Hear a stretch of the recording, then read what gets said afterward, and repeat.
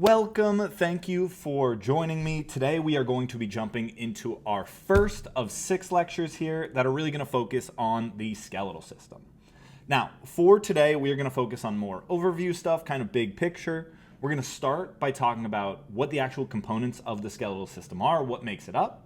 Then we're going to go into functions, generally what does our skeletal system do for us. And then that'll take us into some aspects of the types of bones and bone classifications, as well as some general classifications on the skeletal system as a whole.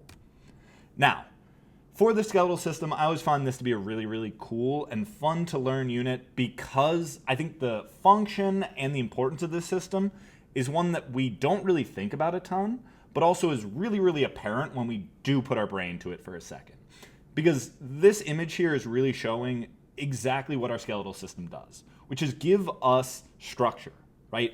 We need a foundation. We need something to build upon, and bones do a great job at that, and our skeletal system does a great job at that as a whole. Because the reality is, bones are a massive part of the skeletal system, and we're going to learn the bones, we're going to learn the bone dance, we're going to love all of it, but bones aren't really the whole thing. Now, bones themselves are a really important piece. We have 206 in a grown adult body. You actually start with much more bones and then they kind of solidify together. And that bone tissue is made up of mostly calcium. Now, it's slightly different depending on the type of bone, and we're going to look at specifically long bones next unit or next standard, so don't stress about that too much. But our first big piece of the skeletal system is the most obvious. It's the bones. But bone isn't really one thing. And what I mean by that is that there's actually 2 types of bone. Bone isn't compact and dense all the way through. Even though it might seem like it would be a good idea for it to be, it's actually got 2 kind of makeups. On the outside of our bone, and this is primarily the long bone, but it kind of consistent with all bones. On the outside of our bone, we have what is called compact bone. And compact bone is really the dense material. That is like the tightly packed white stuff on the outside that you can see in that image above. And when we look at our bone tissue, you'll see, here, let's do this one right here. You'll see that there's like this outer wall that's very white. And then we've got this inner part that's a little bit more scratchy, a little bit more rough. That outer part is our compact bone. We are going to look at the structure of compact bones in our second unit as well when we're talking about the long bone. But this is really the dense tissue, the dense calcium that allows for support, structure, and strength of a bone. Now, that is not the only type of bone that's found within. There's also what is called spongy bone. And this is going to be a much more porous, kind of lightweight tissue that's going to make up the insides. If you've ever 3D printed anything, it looks a lot like a 3D print, where the outsides are made out of a really solid plastic, but then the insides are more scaffolding to make sure that it can stay together and stay structurally sound, but also isn't super heavy and super dense in the terms of the bone, right? And so we fill our bones with this spongy bone to both reduce the density of the bone. Next up, we have our joints. Now, all that a joint is just any place where 2 bones meet, right? And so if we're looking at our guy here, right? Elbow joint, joint. Wrist, 2 bones meet here, that's a joint. Every single carpal, right? So every single bone of the hand and feet, we've got, right? Little bones here, little bones, little bones, little bones. Every connective piece, every time a bone connects to another, that is a joint. You're not going to learn most of the names of the joints because there are so many of them, but it's important to know that this is kind of the broad category. Any place where 2 bones meet will be a joint. And at those joints, we tend to find some consistent things or things that really need to be at the joint to facilitate movement. First being cartilage. Now, cartilage we're going to see in a lot of different places across our body, and that's because cartilage is a perfect template. It's like bone, it has a lot of the same structure and strength, but it's a little bit more wiggly, it's a little bit more flexible. And so when you are a baby, most of your bones are actually made of mostly cartilage. because we want to be able to grow and have that resiliency to any kind of breaks or damage. And as we grow, that cartilage will end up kind of calcifying into bone, but it won't calcify everywhere. We tend to have a lot of cartilage kind of stick around because that flexibility is still really important and really helpful at specific parts of the bone, right? And so when we're talking about cartilage, we tend to have it that we'll have what's called articular cartilage on the top and the bottom, where the joint will actually be interacting, or where one bone will be pressing on another bone. And this is to make sure that there is limited friction between the two bones so that you don't get big bone chunks kind of getting chipped up and causing a lot of inflammation. We'll also see cartilage in some of the places in our actual body, right? Our ears, our nose. When we look at our sternum, so this guy right here, you can see here, right? This is all cartilage, right? The white piece is bone, but this connects to the ribs, and we need this cartilage so that when you breathe in, right, big breath, you need to have a little bit of flex, a little bit of give, and if that was all bone, it would actually make you almost unable to inhale, exhale. And so cartilage plays a really big role in both being strong and protecting, but also being flexible enough to have some level of movement and flex. All right, next up we have ligaments, and ligaments are really, really important for maintaining structure at a joint. Basically, ligaments connect one bone to another bone. When I think about ligaments, I usually think about the knee because it has a ton, it's really dense, of ligaments because the connection here is so important. And so when we look at our knee joint, you can see this guy right on the side here, right? That is our LCL. We have this guy back here. That is your PCL. This guy right here, we've got our MCL, and you've got a guy in the middle here, that is your ACL. Those ligaments are really important because they hold our femur, this upper bone, down to the tibia and fibula, those lower bones. Without those pieces of connective tissue, right, there's a lot of instability, and it risks the bone sliding off the other bone. Sometimes when people tear something like an ACL, MCL, PCL, they'll hurt it, they'll feel weird, they might hear a pop, but it doesn't have a ton of pain associated. Then they'll continue to play whatever the next play is. And it's not until they try and cut, until they try and put some kind of like movement on the ligament, where they'll actually notice that injury, because that's when the function kind of gets lost, right? When the bone slides off, that's how we really know that the ligament is torn, gone, has a problem with it. So ligaments connect one bone to another bone, but we also have what are called tendons. And tendons are really, really important because tendons connect a bone to a muscle, right? Bones are important because they allow for movement, and muscles are kind of what facilitate that movement. We'll talk about that in a sec. But tendons are what allow for us to anchor a muscle down to a bone to make sure that it can move and act and pull on the bone as it sees fit. With this, I usually think about something like the Achilles tendon, which is the tendon that connects your calcaneus to your calf muscle or your gastrocnemius. It is also just going to be some pretty inelastic fibrous tissue. It is going to have a little bit of stretch, but not a ton. And its goal is just anchoring, just to make sure that it stays attached so that when the muscle contracts, it can allow the bone to move and allow the overall part of the body to move with it. So that is our kind of big picture on what makes up the skeletal system. Now we're going to transition into something similar on the same note, but a little bit different. So when we are talking about the parts of the skeletal system, it's really important to know that you will never see most of these parts, right?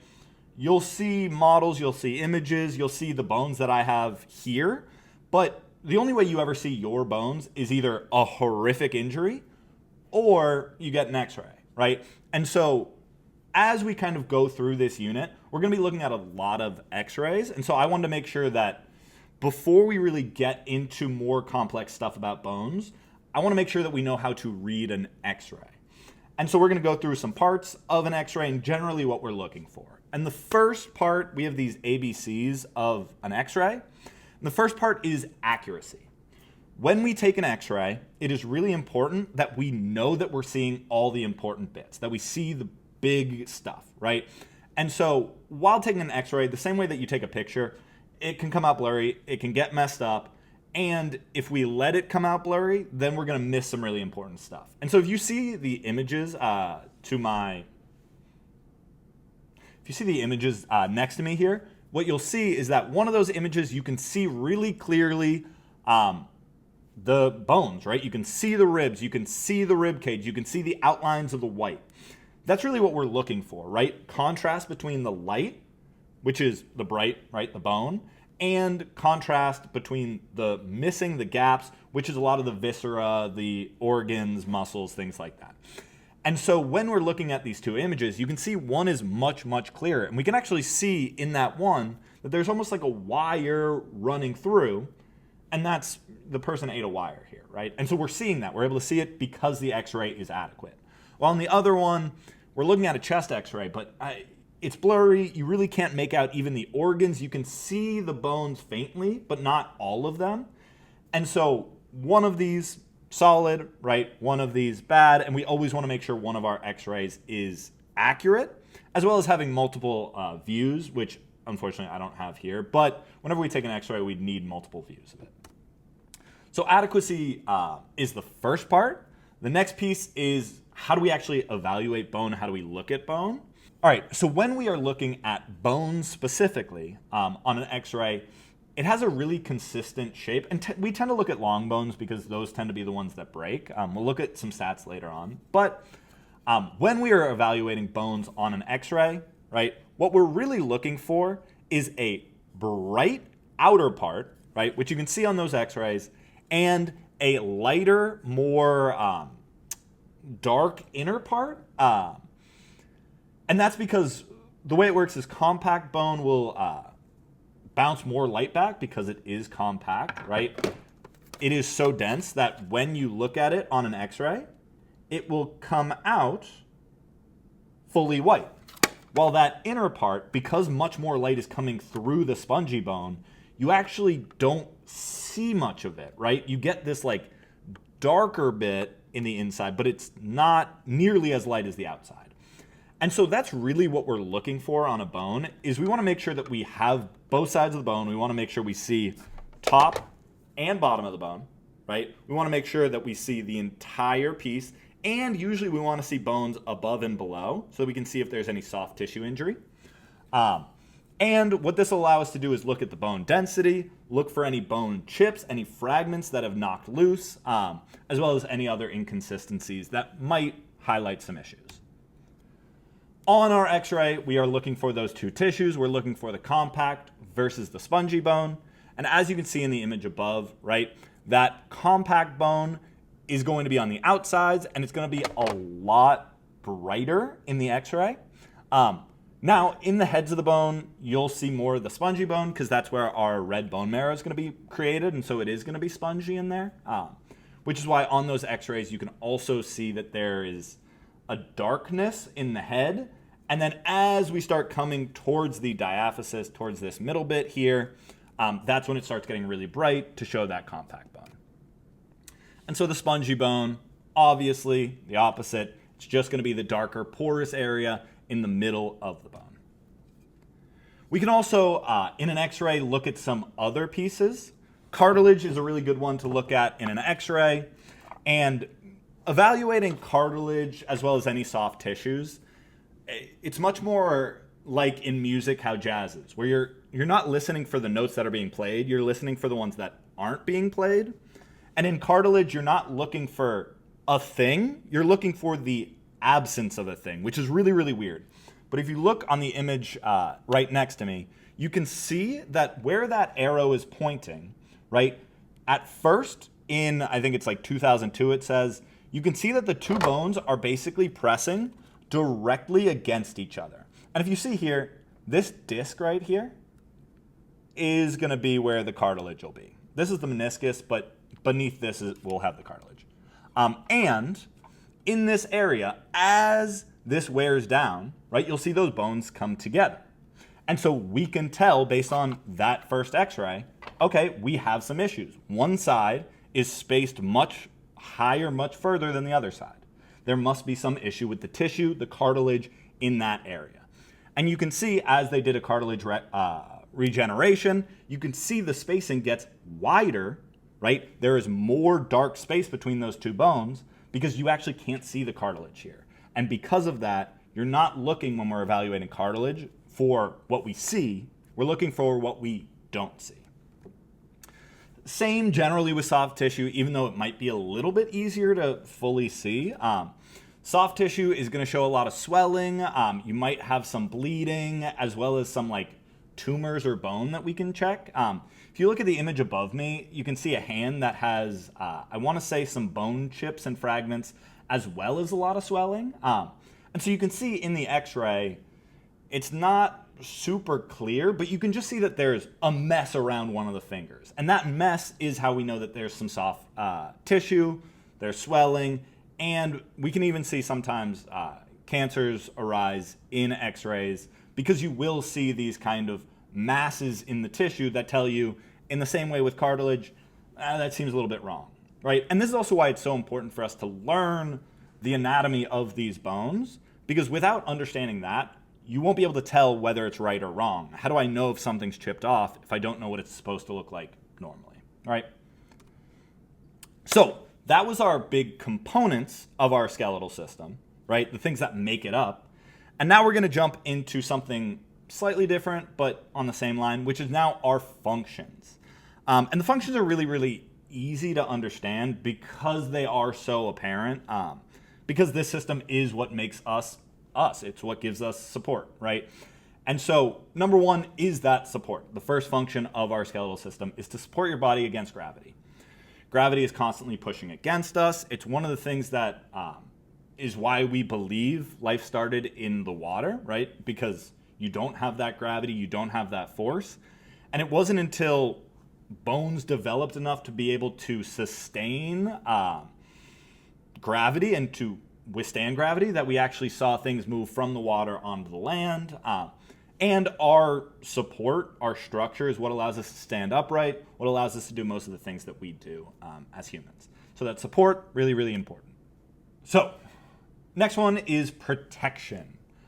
When we're talking about bones, we have some of these bones that are like cages, like our skull, right? Skull fully encapsulates, goes all the way around, but it's not super like dense. It's not a lot of bone, but it goes all the way around, it circles it. And so protection is another really big function here, right? Your ribs go around your heart and lungs. Super important to survive, right? You have a sternum that protects directly over the heart. Make sure that any of those major vessels don't get hit, can't get damaged in the daily going-ons of life. And we have some in the skull to protect things like the brain. Really, we put protection around the most important organs that we have. We also have movement. Your bones work as a perfect lever and pulley for muscles. So as you move the bone, right, or as you move a muscle, the bone will be forced to move as that muscle contracts or extends, right? So the way that this works is like, let's say your bicep, right? So for your bicep, the way that the bicep works is that it attaches up to your shoulder and down to your ulna and radius. When you contract your bicep, it shortens and it grabs onto the lower portion of your radius and ulna and it yanks it towards the upper portion where it's attached up here to the acromion of the scapula. And so that lever pulley system of muscles and skeleton is super, super important to facilitate movement. This is also why babies and young people really struggle with a lot of movement. It's because not only are their muscles not fully formed, but their bones also aren't fully formed, right? Why does a toddler write like this with a crayon? Well, they don't have hand bones fully formed. And because of that, their muscles can't pull on it in the way that ours would. Why can a lot of babies not speak the way that we can, right? They can just kind of cry, make sounds. Well, because they don't have all the developed facial muscles. They don't have that information or ability to enact movement. And it's about pulling a bone with a muscle to make movement happen. We also have a couple things that you're not seeing happen that are also really, really important here. And the first is our blood cell production. Bones are magical because they protect not only the hollow organs, but also what we've managed to do is hide inside the tops of a lot of our bones and in a lot of bones like your pelvic bones. We hide stem cells. Now, why this happens is that stem cells like to survive, right? They want to be alive. And if a stem cell gets damaged, a stem cell, if you don't know, is a cell that makes other cells. If a stem cell gets damaged, it then can make other cells that are also damaged, right? So it's like breaking the template. And you don't want to break the template because when you break the template, when you break the blueprint, everything that's made off of that blueprint is wrong after that. And so over the millions and millions of years of evolution, the production of blood, right, really important for cycling nutrients, is actually happening at the tops in our bones because it's really, really protected in here, right? It's protected by layers of calcium. It's protected by then muscle around it, by then skin around it, right? And so that level of protection is huge. And so blood cells are actually produced within the tops of our bones, within red bone marrow, so that we can fully protect those cells so that they can't be damaged during the course of our lives. Now, that's happening kind of up here in our red bone marrow, but we also have in this middle portion a tank full of oil. And specifically, that oil is fat, right? In the middle of our long bones, we hide yellow bone marrow, and that is fat storage, right? That fat storage is really important for our body's general survival because it does leave us nutrients, right? If we need those, we can take them, use them for other processes, especially if food is hard to come by. And so we store a massive amount of fat in our bone, as well as the entire bone itself is a storage of calcium, right? The way that we make bone is by taking calcium and attaching it to the bone, to this tissue. And the way that we get calcium, if we don't put it into our body, if I don't drink my milk, right, eat my ice cream, well, then I break it off the bones. And so this is really a bank of calcium for us to use as we need. Calcium has a feedback loop, and this is just really important for us to understand in general, because it matters for your general health, right? You put in or you get out what you put in. So if I give my body calcium, my body will take that calcium and store it on my bones, right? This is why mom says drink your milk to get big and strong. It's not a lie. That's honest, right? That is true. Because the way that it works is that our blood wants to stay at a certain level of calcium. You need calcium for brain and muscle function, so our body needs to stay at this like level of calcium, homeostasis. When our calcium gets really high, let's say all of a sudden I want to drink a bunch of milk, I drink a ton, my calcium gets super, super high. Well, my body doesn't want that. It can overdose on calcium, and so it starts sending the signal to stash that calcium, right? And so what will happen is that calcium will then get taken from the digestive system and it will start getting absorbed and attached to the actual bones, right? And so this will cause our bone to grow in terms of the amount of calcium on it. However, when, let's say, we are at that normal level, and then I say, I'm done with milk, I'm done with dairy, I'm done with any kind of calcium product. Well, all of a sudden, that calcium isn't meeting my levels. It's not meeting my required. And so what happens is my body breaks into the bank, and it starts pulling calcium off of the bones, right? Basically, it'll stimulate this hormone, this PTH, and that will make the bone start chipping off bone. It'll stimulate what's called an osteoclast. And as that calcium gets chipped off, our blood level, calcium blood level, rises back up, but our bone density starts to decrease. And this is why it's really important that we get milk, especially when we're young and growing, because without that input of calcium, the bones are weaker, they don't build as strong, and then as we age, it's more likely for holes to form, osteoporosis, and therefore damage to occur.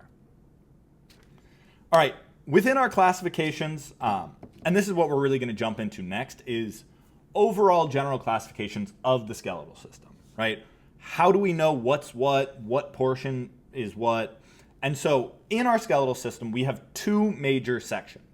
We have what are called our axial and our appendicular skeleton. And we're going to start with this axial. When you think axial, you want to think axis. It is the axis, the central axis of your body. And what that means is that it is your rib cage, spine, so vertebrae, and skull. That's it. It is the stuff that you need to survive. Period. No doubts, right? Axial, axis, everything gets built off that axis. We also have what is called the appendicular. And the appendicular is anything that connects to the axial. What that means is that it's your appendages, right? Appendicular, appendage. It is your arms and shoulder. It is your hips and legs, right? The things that directly connect to that axial skeleton. For these two parts of the system, axial tends to be where we have a lot more of that protection because it is over those hollow organs, the most vital organs, while the appendicular is going to be much more about support and movement, right? Facilitating and interacting with the world around us, right? It's our limbs. It's the things that if they get damaged, it's not a huge deal, where if our axial skeleton gets damaged, we have real problems. So those are our two major branches of the skeletal system.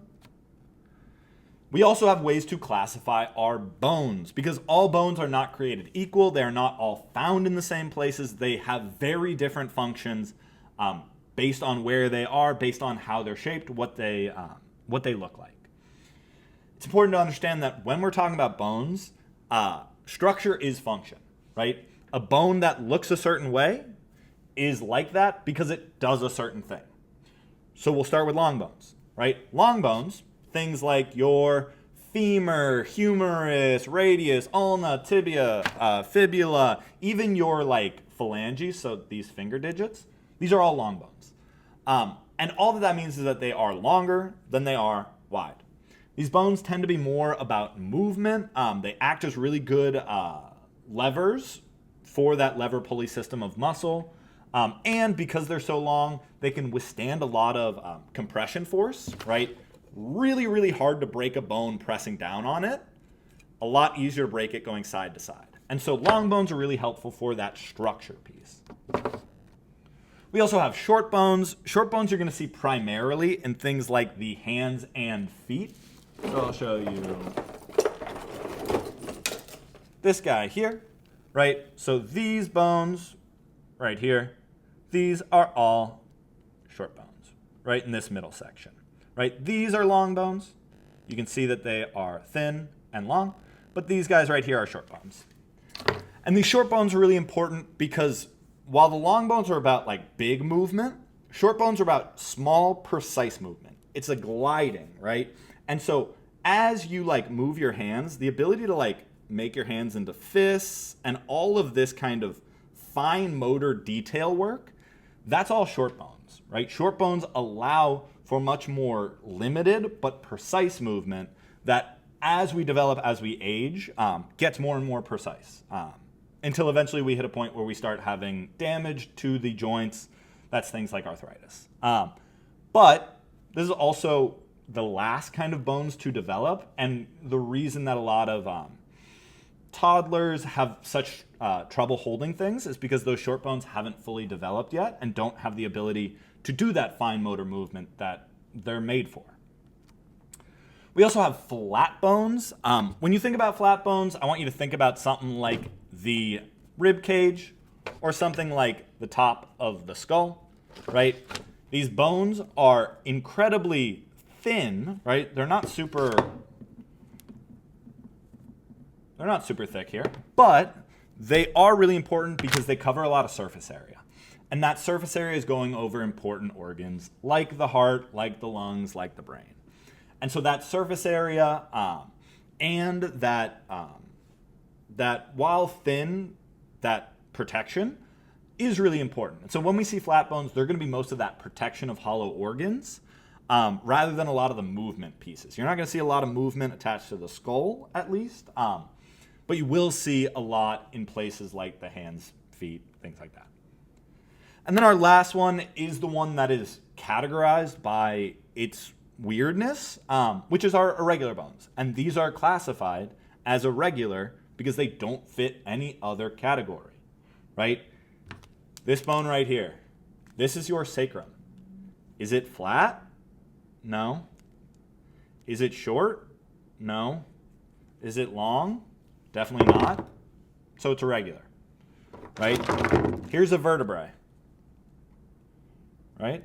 It's not short, it's not long, it's got these weird things sticking off, and so it's irregular.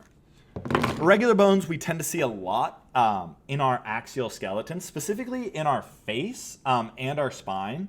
It's because irregular bones, their shape, in the same way that the long bones, short bones, flat bones, their shape is their function. And their function is more complex, right? Think about your facial bones. You have a ton of irregular bones on your face. But that makes sense. Your face is used for emotion. It's used for speaking. And so there needs to be so many little muscles connecting to different places that to have it be flat, long, or short makes no sense. It has to be irregular. It has to have weird notches. And because we can't classify it into any of those other three, we'll just call it irregular. Now, technically, there is one other type of bone, which is called a sesamoid bone. These are found really only at the patella. They're little sesame seed bones. I'm not going to ask you a lot of questions about sesamoid bones because I think it muddies the water a little bit because they are so uncommon. But just know that these categories, right, the 4 categories, there is kind of a little bit more wiggle room in those, but we're going to stick with those major 4. Now, that is it for today's lecture. We are going to be jumping into our activities for this standard. Next standard, we'll focus much more on the anatomy of our long bone specifically and of microscopic bone, understanding really what are the inner components as we start to understand more about this system. Thank you for watching. Have an amazing rest of your day, and I will see you all in the next lecture.